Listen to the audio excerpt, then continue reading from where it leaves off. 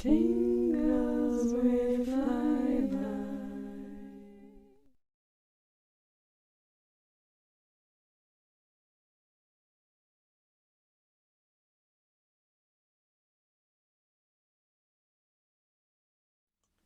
Hello and welcome to Space Travel Agents. How are you doing? That's good. Before we start, do you need any beverages and atomic smoothie, or you fine for right now? Well, just let me know at all if your requirements do change. We obviously have a full complement of all of the latest beverages for you. Yeah. So, is this your first time coming to us, or any space travel? Have you been off the planet before, or no, this will be your first trip? Well, you're in for a real treat. And I must say, you've chosen a really great company. I'm very, very proud of who I work with. Yeah.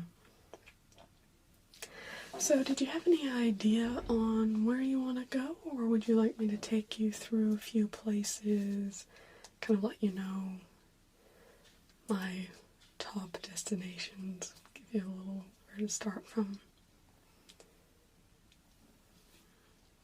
Yeah? Okay. So, let's see. Well, if we start, obviously closest to home, we do have a module on the moon. So, in each place, obviously, we have very unique equipment for being able to survive within the environment that there is.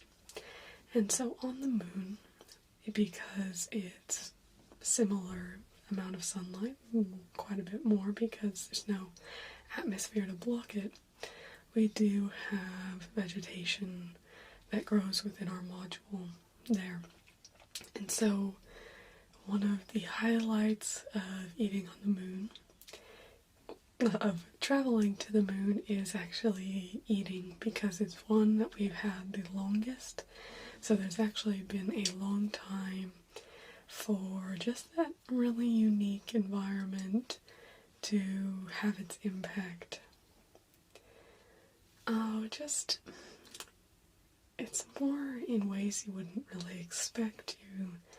The carrots, God, I think carrots are okay here. When you go to the moon and you have carrots there, it's very unique soil, because they do try and use as much as they can. So they've actually been able to go through a primary succession process within the module. So it actually does use moon dust. We have an imported soil. That's true across any place. So Mars, for example, anything that has a rocky surface, the moons out in Saturn and Jupiter, any of the rocky ones, although it's quite cold out there, but we do heat it inside, obviously not going to freeze to death in any of our, we've got your comfort and survivability very top of our list. And so when you go to any of these places, you are having something really unique, because the profile, something in my eye here.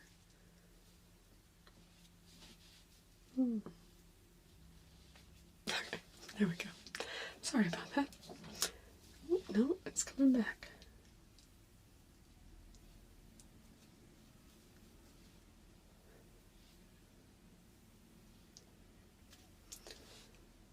I think I'm okay now. Sorry. So the profile of each is very unique, and so you get a really kind of different at each place.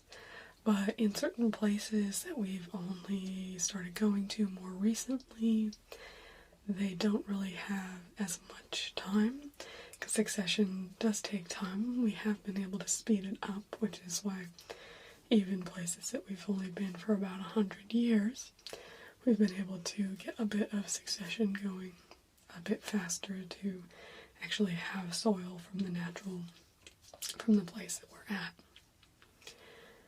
Yeah, so, but places like Venus, or even on, if you're going to Saturn or Jupiter themselves, a very different type of situation there. The food is grown there, but it's not soil from there because it's all gas. But they do, and there is a little bit more of hydroponics and that sort of thing used, because we can actually get more from the atmosphere out there with all the gases going around. So we try to harvest as much from around there to grow the food. But that's probably a little more detail than you needed on that. But I find it absolutely fascinating, the way that everything's set up for us to be able to survive in all these different environments. So, starting with the moon. The moon is one of the... A lot of people love the moon because you can still see the Earth so well. If you go to Mars and you look at the Earth, it looks about the size as Mars does when we see it here. So it looks barely the size of a star in the sky. Whereas when you're on the moon, because it's so close to the Earth, I mean, you know that classic picture from way, way, way back in the day? Yeah, the first people on the moon. Crazy to think that they were never on the moon before. So weird, but anyway, and so you can actually have that. So that view, every room has the view out. So you have a big window and you'll be able to see the Earth rising. We've aligned where that is, to take that into account. There is, the one that I'm talking about, we have a couple others on the moon as well. Those are usually for more seasoned travelers who have already had that experience, because I really recommend that experience if you go into the moon the first time. The second times, it's more if you're interested in going out on spacewalks and seeing a bit more of the moon itself. There are still spacewalks around this initial camp as well. Yeah, so with our spacewalks, we always keep you tethered to a ship. So you have a small ship. It's about the size of, I'd probably say about four cars together. Yeah, no, like a family car, not a single person car, no. So yeah, about 4 cars together. So it's large, it's a little self-contained unit, it's got all the life support, everything that it needs. Obviously the suits when you go out also have what they need. And again, the suits are very individual to each location that you go, because there are different requirements. When you're just out in space, which the moon is pretty much just a rock in space, not as much to contend with, but when you're in Jupiter and Saturn, well, those you don't really go on spacewalks, it's very different. Anyway, we'll get to that. So, that's the moon. Basically, look there. Amazing food. There are a couple chefs who've taken up residence on the moon because they specifically love the food there, and so they've been working with this moon for a long time, and so you can go to them. Also got cheap and nasty food, anything that you want. And it's a lot of fun. There are different parts of the module that you can go to that are designed to exploit different parts of the gravity. Because the gravity is so much less, you can do a lot of bouncing. There's sport that you can play, so, you know, basketball courts, but they're about 10 times higher, and yeah, just a lot of fun. So, yeah, really recommend that. So, you have that, and then we have the, you know, history of the moon. You can go and see, there's a museum. They've taken the flag out because, well, it's more concerned with so many people going across the moon that it wouldn't be respected. And so, yeah, so that original flag is housed in the museum with all the paraphernalia, and then, you know, throughout all the times that we've gone to the moon, when we returned back in the 2000s and everything like that. Yeah, it's so much history on the moon, so it's a really great place to start. And then there is also ecologists and all that. If you are more interested, that's kind of where I got my information, was going on a tour when they talked about the succession and everything like that.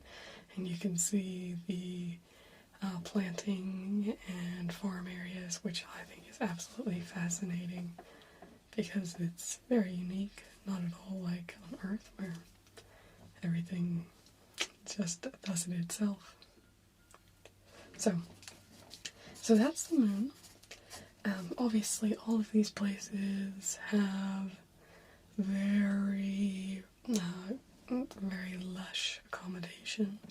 You'll find it very easy to sleep because you have so much less gravity on you.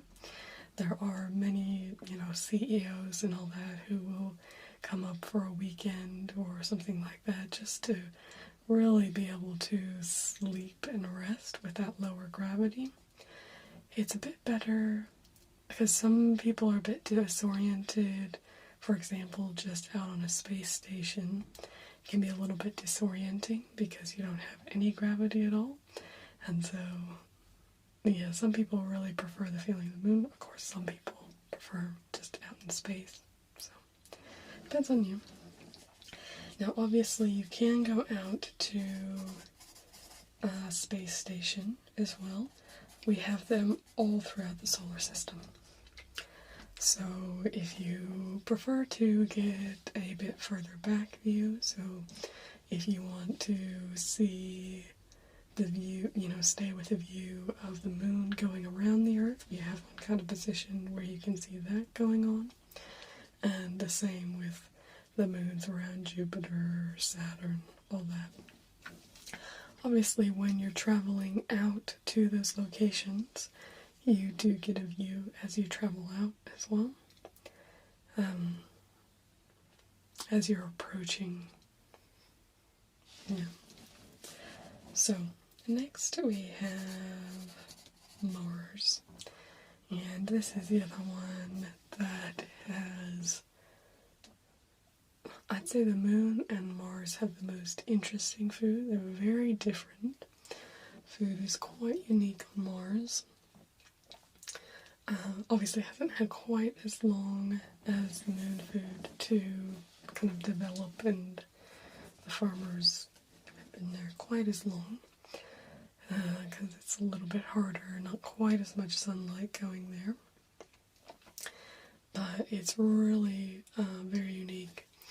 So you can stay on Mars at a few different spots. You can stay along the equator, or you can actually go down to the poles. It gets very, very cold in the poles, and you can stay in complete darkness, or kind of have a midnight sun effect as well, depending on where and when we go. And so it really just depends on what you're interested in. The favorite thing to do on Mars is to go out, kind of the space equivalent of four-wheeling. Yeah, so you go out in your own little unit, and usually it's with a little tour group, and you just have fun. You just rove, and yeah, it's really fun. It's very rocky, but these are very, very robust machines. People have been using them for hundreds of years. Well, obviously they will have the most up-to-date ones, but this type of machine has been refined over hundreds of years. Nobody, yeah, we have a very high success rate with them, so I'll say. In Mars as well, you have,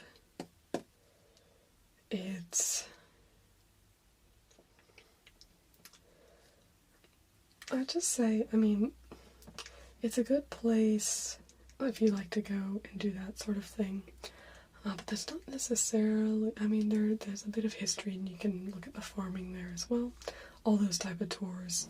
Kind of how you survive actually on the station itself is always included as an option if you want that, because it's, you know, part of the engineering and everything like that. You can also, on Mars, one of the other things that's really popular to do is to actually go and meet the reality stars who live on Mars, because I know a lot of people, that's one of, you know, the favorite shows back home is, yeah, and so there is an optional add-on that you can do to go and meet the stars who live in Mars, and also see locations for certain films that have, I know, Best Picture, probably about 5 years back, was it? That one was filmed on Mars, so you can go and see the sets. I've actually left most of the equipment there because the atmosphere is low enough that it actually preserves the equipment very well, so it's almost like its own little museum. Yeah. So, yeah. So those are the options on Mars. Going a little the other direction from us, a little closer to home, you have Venus. Now, Venus is a whole other kettle of fish. I mean, even after all these years, we've still never had a human touch down on the surface of Venus, only out in that crazy atmosphere. If you like stormy seas, that's kind of Venus. Venus is a lovely place. There's a space station outside of Venus if you want to see Venus and then kind of go in for day trips. That's a really nice thing if it's kind of too much for you to stay on Venus. It's a very topsy-turvy place up in the atmosphere, so it's basically you're staying in a floating gas bubble, and we don't have a ton of control over where it stays. And the weather is very, very crazy. It's an adventure. It's similar, actually, even though Venus is, well, obviously quite a bit smaller. When you go to the gas giants, Saturn and Jupiter, if you go out to the further ones, they're not usually, well, you do have a few people who are Neptune obsessed, but, I mean, usually people hit these main ones. But, yeah, Venus, it's got, so, yeah, those ones, when you actually go onto the surface, and that's, I mean, kind of a thrill-seeker thing to do, is to go into the storm on Jupiter. Yeah. That one is very much at your own risk. We don't actually even do tours to it from our company. It's been problematic for everyone who's done it. So it's usually kind of a more black market type thing. I don't recommend it. The survival rate is not very good because it is a horrendous storm, and And it's also a lot of equipment that gets lost as well. I mean, of course, the life is the biggest one, but, you know, I mean, that equipment is what keeps people alive out in space as well. So, yeah. But in Venus, it's a bit more like, everything is self-contained.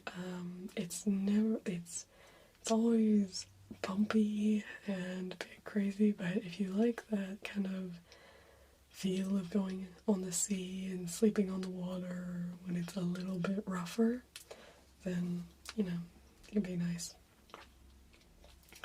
Now we do also have a tour.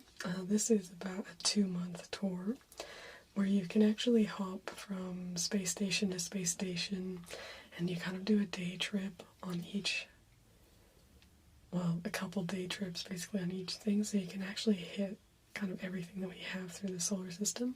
It's definitely our ultimate package. You can do it a little bit shorter if you want to skip off the end ones, don't want to go to Neptune and Uranus. Yeah. But that one, there's also, if you want to go on, like, go to Jupiter and Saturn, if you want to go to Jupiter, there's a huge moon tour, so you can go and be staying basically on a different moon every day, and there's, you know, so much to see there. Same with Saturn, you can just do a separate moon tour. Those are about 10 days. When you actually get out there, it's a little bit further to, you know, get yourself out there as well. Yeah, so there's definitely a lot of options. It's more just figuring out what you're actually interested in.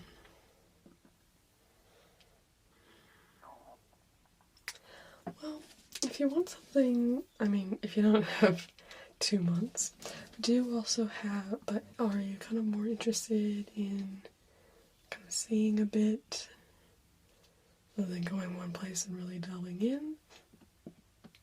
Yeah, so we do have a 7-day tour. It goes to, let's look, so you start off, the first night is at the moon. So we'd go to the moon, and then usually they shoot off then to Venus, just to kind of roll that around. So you can either stay at the space station in Venus, or actually go into the atmosphere and stay in the atmosphere there.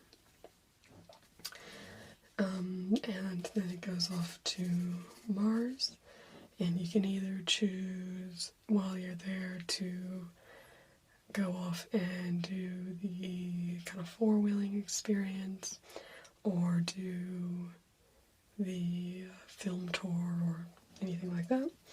Obviously you've got food and everything like that. Then go off to Saturn. Now on Saturn, you can either go to Saturn itself, or you can go and stay on one of the moons. There's quite a few options, so it's hard to choose on that one. The main, we do have, usually, there's also a space station if you want to be able to sit back just a little bit. That's usually what's included on the tour, but we can really alter this to how you want. It's really easily to personalize the tours. Then to Jupiter. Yeah, and that's usually the last stop, because I usually like to hit a few of the moons on Jupiter, even if you go to Jupiter itself. You know, Ganymede, Io, all that. Yeah, there's a lot to see. Well, I mean, Jupiter's huge, and so there's so much to see. Well, so, and that would give you a good idea then for your next trip where you'd really like to delve in. I do think it's a good idea, so you get a good, you know, mix of things. Yeah, okay. So we'll put that one down. So on the moon, did you want to do So we have the ecology tour, we have the history tour, or you can do kind of that sport experience, going on that sport experience. Okay. And Venus, did you want to stay on Venus? Or you can stay on the space station, just go basically in on a trip for a few hours rather than spending your whole time there. It is quite an experience to spend a night there. Once in a life, so do it. Okay, say on Venus. And then Mars. So as I said, you can do the four-wheeling experience. You can go out to where the movie was. And then also, obviously, you have the options if you want to be at the equator or at the poles. I'm gonna go. Well, the movie was shot at the equator. Yeah. There is actually also a zoo on Mars. Very fascinating. Because we've been on Mars for a few hundred years, you can actually see, and the scientists explain what the differences have been in the animals as they've adapted to living on Mars. So fascinating. Yeah, you do have time if you wanted to go out in the four-wheeling. You do that for basically the morning area, and then you have a couple hours in the afternoon you could go to the zoo. Okay. So four-wheeling plus zoo. And Saturn and Jupiter. So we're going to put you on there, yep. Main one, and then Ganymede, Io. And then did you want to spend a night on Jupiter as well? I told you we avoid the storm, but they're calm places that we go to. Yep. Yeah, and there's fun things that you can do, like these little chambers that you go into, where you kind of just let yourself go to the storm. Yeah, very... Some people get really sick in them, so you have to see how you go with them, but some people absolutely love them, so very unique experiences. Okay, well that looks good, so let's look at what dates were you looking at? Yep.